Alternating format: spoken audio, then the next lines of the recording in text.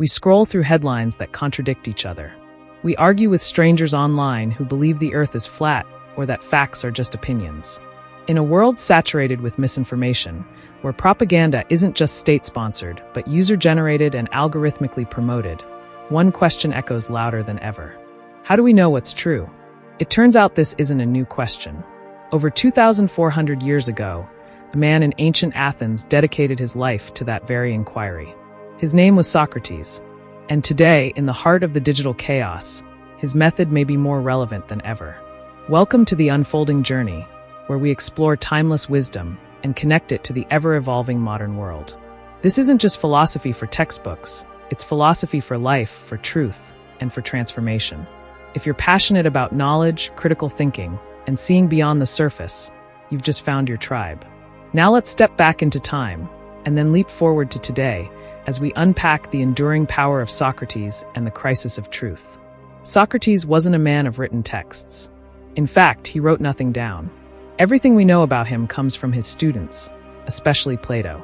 He wandered the streets of Athens asking inconvenient questions, disturbing the status quo, and exposing ignorance in the most brilliant and frustrating ways. Socrates believed that wisdom begins with acknowledging how little we actually know. His mission wasn't to give people answers. It was to help them ask better questions. His famous line, "The unexamined life is not worth living," wasn't just poetic, it was a call to intellectual and moral awakening. He wasn't a cynic or a skeptic in the modern sense. He believed in truth, but he knew it wasn't easy, and it certainly wasn't always comfortable. At the core of Socrates' approach was what we now call the Socratic Method. It's not a lecture or a sermon, it's a dialogue. A process of critical questioning designed to uncover assumptions, reveal contradictions, and guide people toward deeper understanding. Here's how it works in simple terms. Ask a question. Receive an answer. Interrogate that answer with further questions. Repeat until you reach clarity or realize how unclear things really are. It's less about what you know and more about how you think. This method isn't just for philosophers. It's foundational in law, science, education, and even therapy.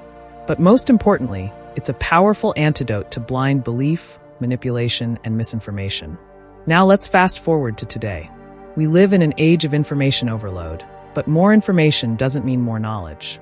In fact, it often leads to confusion, confirmation bias, and intellectual laziness. Here are a few alarming realities of our time. Echo chambers. We're increasingly surrounded by people and content that only confirm our existing beliefs. Fake news. Lies spread faster than the truth, especially on social media. Weaponized misinformation. Foreign actors, corporations, and political groups now manipulate narratives at scale. The death of expertise. Everyone has a platform, but not everyone has evidence. In this chaotic landscape, traditional markers of truth, science, journalism, education, are constantly questioned or outright dismissed. Truth has become fragmented, politicized, and even commercialized. And in the middle of this storm, many of us feel disoriented. How can we tell what's real? Who should we trust? Here's where Socrates becomes essential, not as a relic of the past, but as a guide for the present. The Socratic Method gives us a blueprint for resisting manipulation and thinking clearly in a noisy world. Here's how. 1. It teaches intellectual humility. When Socrates said, "I know that I know nothing," he wasn't being sarcastic. He was modeling humility. In a world where everyone thinks they're right, humility is radical and necessary. 2. It strengthens critical thinking. By questioning assumptions, we begin to notice biases in our thinking. Are we believing something because it's true or because it's comfortable? 3. It fosters dialogue over division. Socrates didn't shout people down, he engaged them. He listened, even when he disagreed. In a polarized society, this is gold. 4. It reveals hidden agendas. By digging beneath surface claims, we expose motives, whether they're political, financial, or ideological. 5. It recenters truth as a process. Truth, for Socrates, wasn't a possession. It was a journey. We may never have perfect answers, but we can pursue better questions. How can we apply this in real life, online, at work, with friends and family? Let's take a common example. Someone claims, mainstream media can't be trusted. A Socratic response might look like this. What do you mean by can't be trusted? Are all media outlets untrustworthy, or just some? How do you verify your own information? What sources do you consider credible and why? Could there be bias in your sources too? Is total distrust a helpful position, or does it prevent understanding? Notice what's happening. We're not attacking, we're inquiring. We're leading someone to reflect, not retreat. That's the power of the Socratic Method. It's not about winning, it's about learning.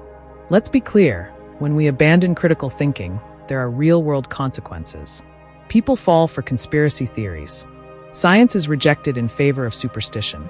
Democracy weakens under the weight of disinformation. Violence becomes easier when people believe lies about others. The Athenian democracy killed Socrates for being dangerous. But what's more dangerous? Someone asking questions, or a society that stops asking them? In our time, the silence of inquiry could be the end of freedom. Truth isn't static. It unfolds. And that's why this channel exists, to explore the journey, not just the destination. Socrates doesn't give us all the answers, but he gives us something better, the courage and the tools to ask better questions. In a time when misinformation reigns, asking the right question is revolutionary. It's an act of resistance. It's a reclaiming of power. Because here's the truth, the war for your mind isn't being fought with swords. It's being fought with clicks, shares, and algorithms. And unless we reclaim the ability to think critically, to question sincerely, and to converse honestly, we may lose more than just truth. We may lose the very ability to know. We live in a world that rewards certainty, but it's built on uncertainty. Socrates understood this. He embraced the unknown not as a void, but as a space of possibility, a gateway to growth. So let's ask ourselves, what do I believe? Why do I believe it? And how do I know it's true? These aren't easy questions. But the journey of truth has never been easy. It was never meant to be. In the Agora of ancient Athens, Socrates challenged the most powerful men of his time by asking them simple questions. He paid for that with his life. But his legacy, the Socratic Method, lives on. And today you carry that torch. Every time you pause before reposting a headline. Every time you listen rather than assume. Every time you ask, what's really going on here? You are walking the path of Socrates. You're not just consuming information. You're thinking. You're not just reacting. You're reflecting. And in doing so, you become part of the unfolding journey of truth. Thank you for joining us on this exploration of Socrates and the modern crisis of truth.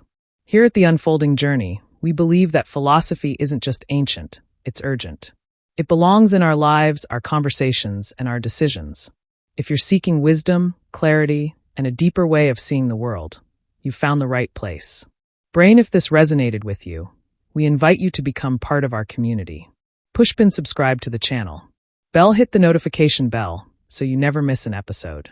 Speaking Head, share this video with someone who values critical thinking and truth. And remember, truth isn't a destination, it's a discipline. Stay curious. Stay courageous. Until next time, keep questioning. Keep unfolding.